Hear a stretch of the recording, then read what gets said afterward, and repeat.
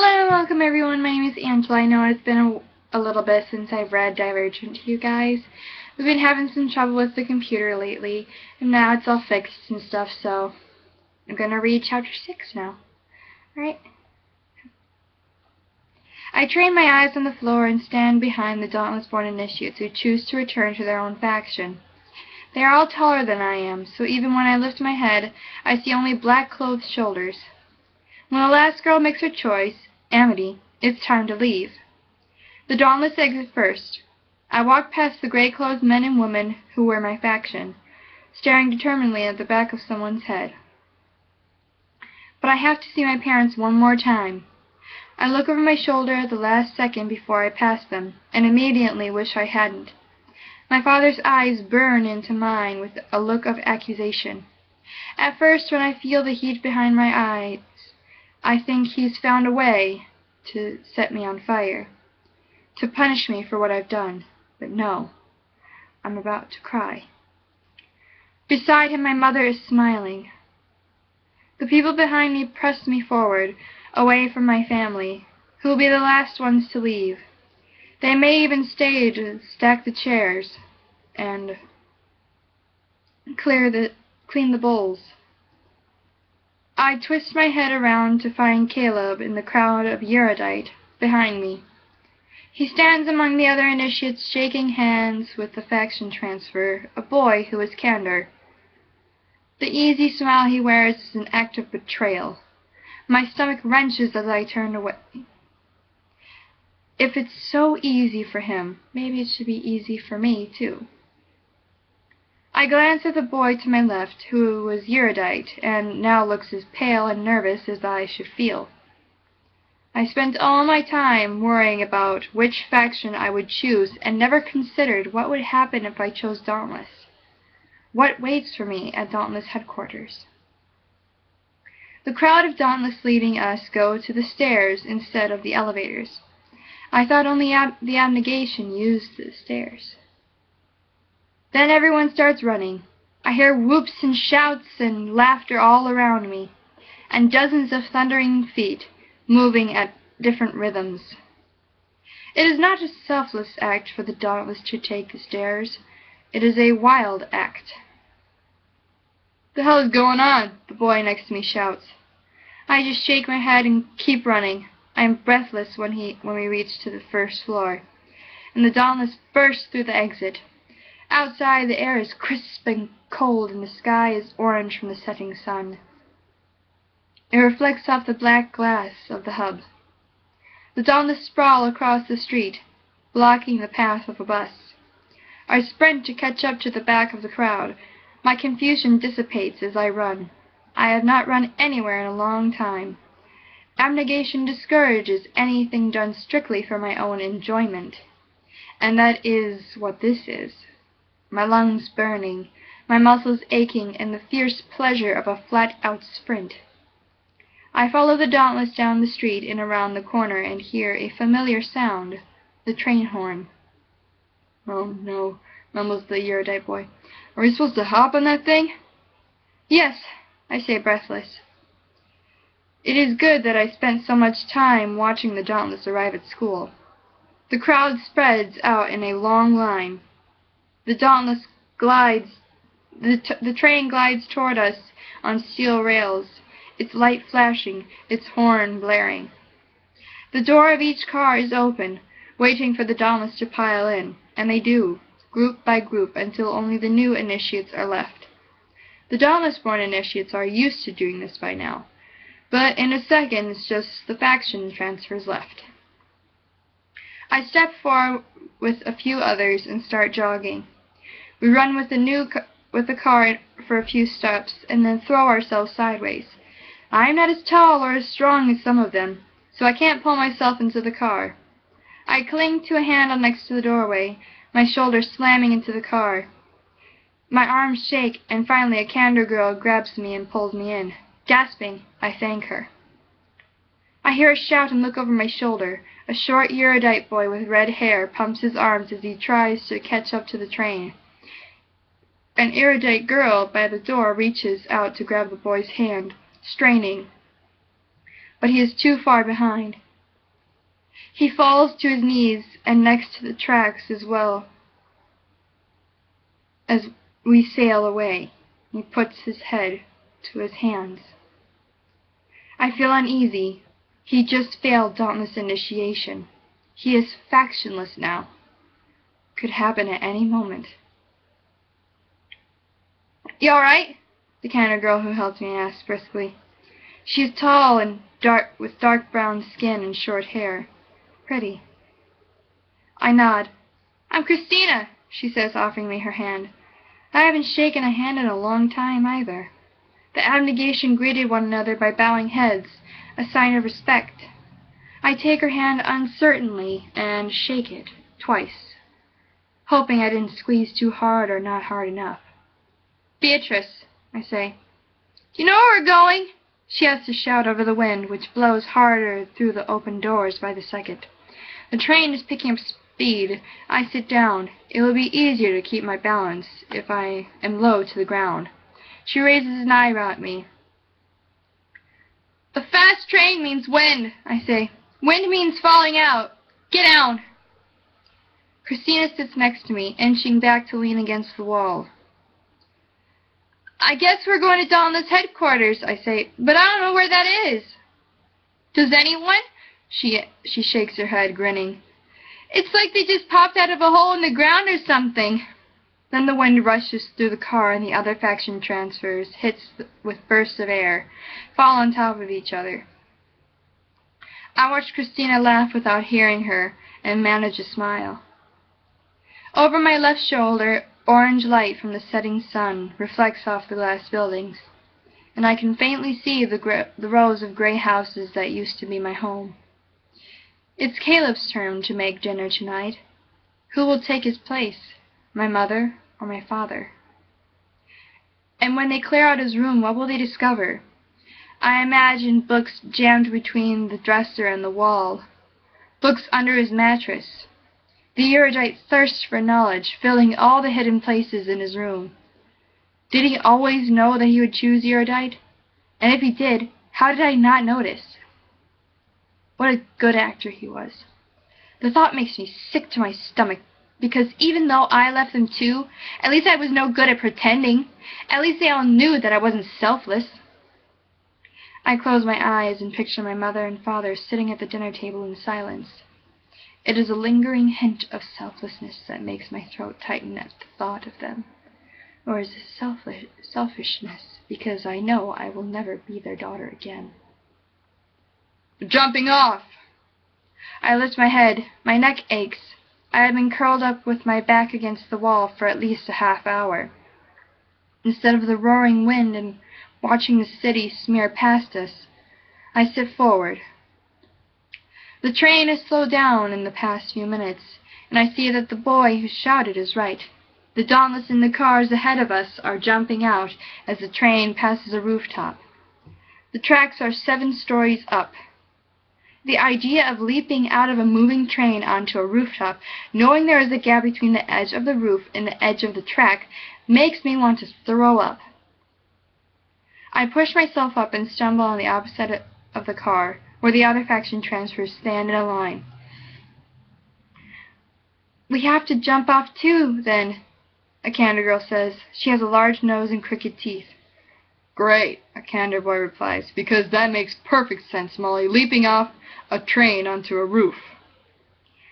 This is kind of what we signed up for, Peter, the girl points out. Well, I'm not doing it, says an Amity boy behind me. He has olive skin and wears a brown shirt. He is the only transfer from Amity. His cheeks shine with tears. You've got to, Christina says, or you'll fail. Come on, it'll be all right.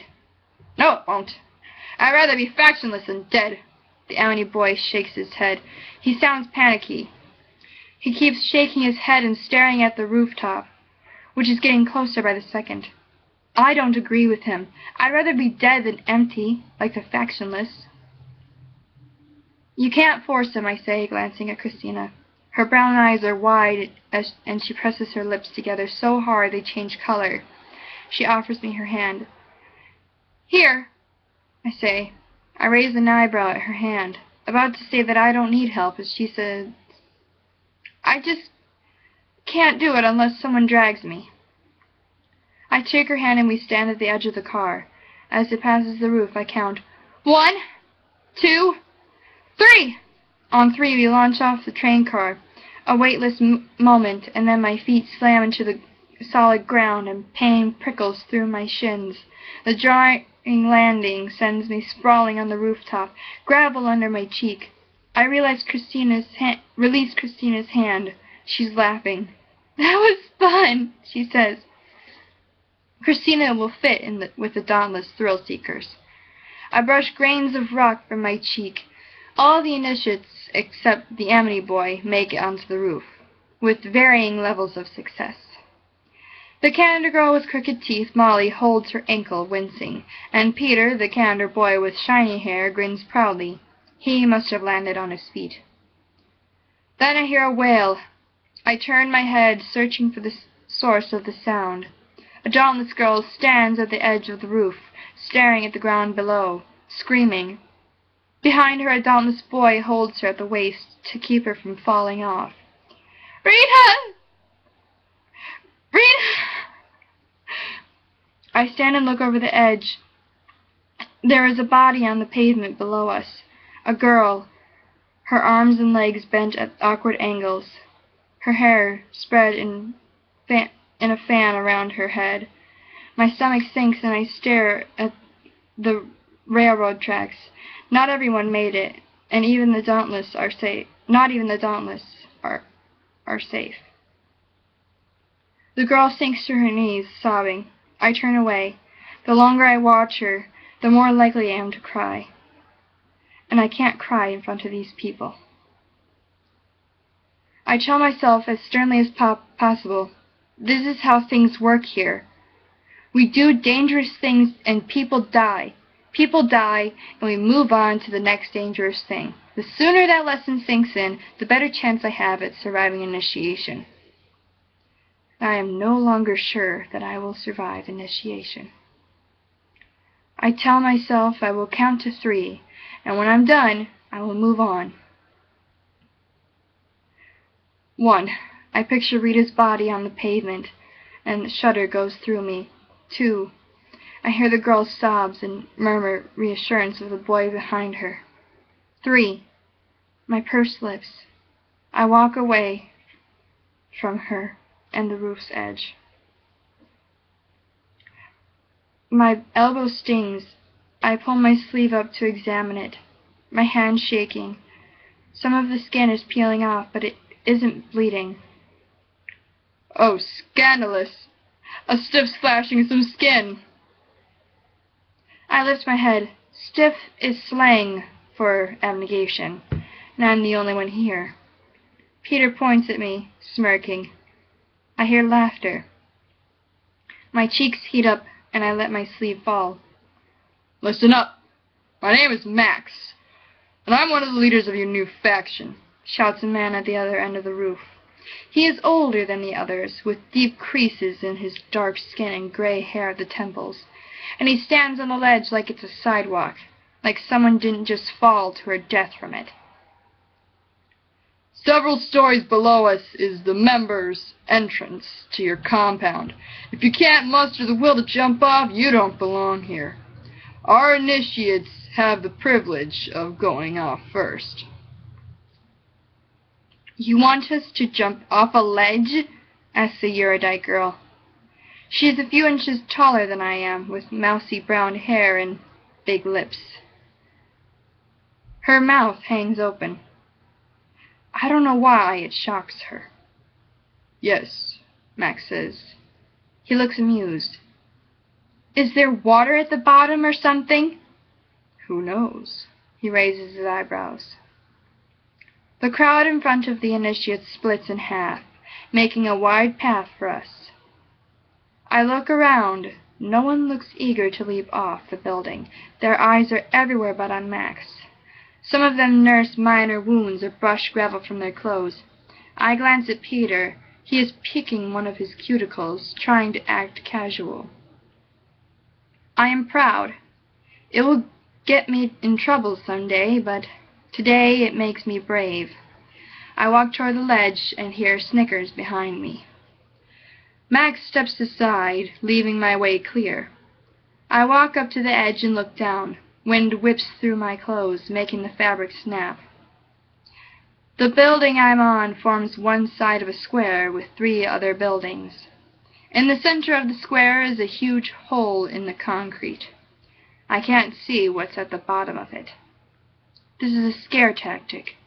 I will land safely at the bottom. That knowledge is the only thing that helps me step onto the ledge. My teeth chatter. I can't back down now, not with all the people betting I'll fail behind me. My hands fumble along the collar of my shirt and find the button that secures it shut. After a few tries, I undo the hooks from collar to hem and pull it off my shoulders. Beneath it I wear a gray t-shirt. It is tighter than any other clothes I own, and no one has ever seen me in it before. I ball up my outer shirt and look over my shoulder at Peter. I throw the ball of fabric at him as hard as I can, my jaw clenched. It hits him in the chest. He stares at me. I hear catcalls and shouts behind me. I look at the hole again. Goosebumps rise on my pale arms, and my stomach lurches. If I don't do it now, I won't be able to do it at all. I swallow hard. I don't think. I just bend my knees and jump. The air howls in my ears and the ground surges toward me, growing and expanding, or I surge toward the ground. My heart pounding so fast it hurts, every muscle in my body tensing as the falling sensation drags at my stomach. The hole surrounds me and I drop into darkness. I hit something hard. It gives way beneath and cradles my body.